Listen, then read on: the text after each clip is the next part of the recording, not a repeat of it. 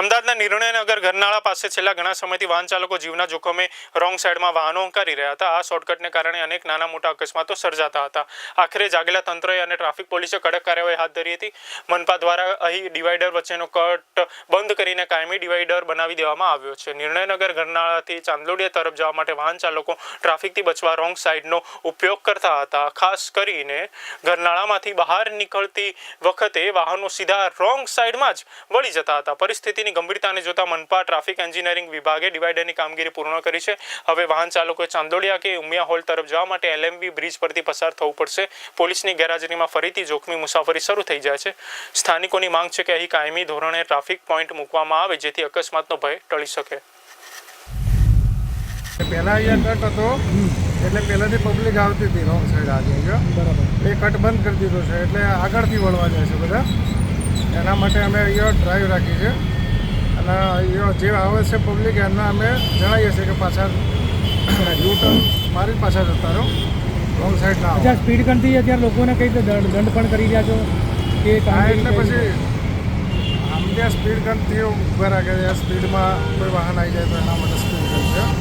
નિર્ણયનગર જે ગરનાળું છે ત્યાં જે રીતે બેરિકેડિંગ દૂર કરાયા બાદ એ પ્રકારની ટ્રાફિકની સમસ્યા થઈ હતી।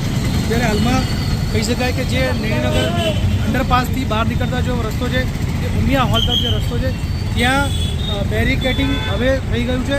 તેના કારણે લોકો જે રોંગ સાઈડમાં જે પસાર ન થાય તે માટે હાલમાં ટ્રાફિક પોલીસ દ્વારા જે સ્પીડ ગન દ્વારા એક ડ્રાઈવ શરૂ કરવામાં આવી છે।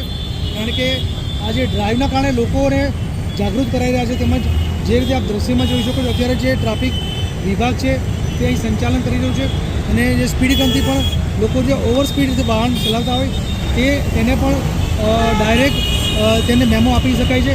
ખાસ કરીને ટેકનિકલ જે કંઈ કારણ હતું જે બેરિકેડિંગ દૂર કરાયું હતું તેના કારણે લોકો રોંગ સાઈડમાં અહીંથી પસાર થતા હતા। હવે જે કહી શકાય કે રોંગ સાઈડના કારણે બંને તરફ વાહનો સામસામે અથડાય નહીં એ પ્રકારની સમસ્યાઓ નાના મોટા જે બનાવ બનતા હતા।